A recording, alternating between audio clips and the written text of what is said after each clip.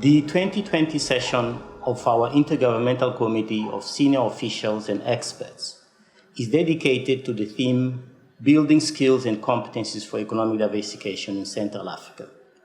This is a timely conversation, and for that matter, a continuation of our efforts to try and elucidate the pathways to economic diversification in the sub-region. Skills and competencies are key for us to be able to go up in the value chain. Certainly, this is a vexed problem, in some cases bordering a wicked one. Let me explain. Central Africa's competitiveness profile and scoring in most of the indexes, including the World Economic Forum Global Competitiveness Index, is very low. Our total factor productivity is equally low. The sector composition of our exports is basically centered on raw materials. And this, of course, locks us into the lower end of the global value chains. We want to break this cycle. For this to happen, the region needs to have skills that match the scale of the problem. So, for us to be able to answer this question, first and foremost, it's important to understand what is the national value proposition of each country.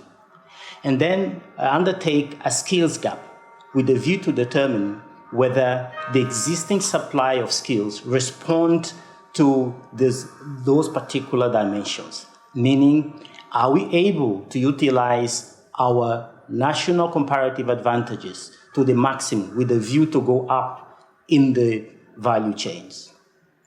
This requires the contribution of many stakeholders, including the private sector, labor, and of course, educational institutions. We are arguing that the best option forward is to concentrate initial efforts in specialized geographical settings. Here we are referring to special economic zones in clusters where we bring together governments, the private sector, educational institutions, and other stakeholders in hives of collaboration.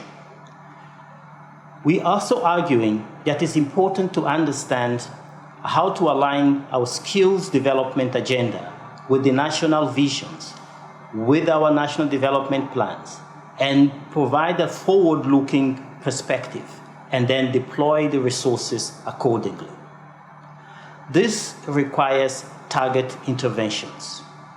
For sure, at the national level, and depending on what constitutes the national value proposition and the comparative advantage of our nations, we may need to put science, technology, engineering, and mathematics at the center of our development skills agenda. So STEMs must be prioritized. But equally so, we need to prioritize technical, vocational, educational training, TVETs, so that we provide our industries with the required high-level quality and skilled manpower. This is a priority for our industries if they want to go up in the value chain.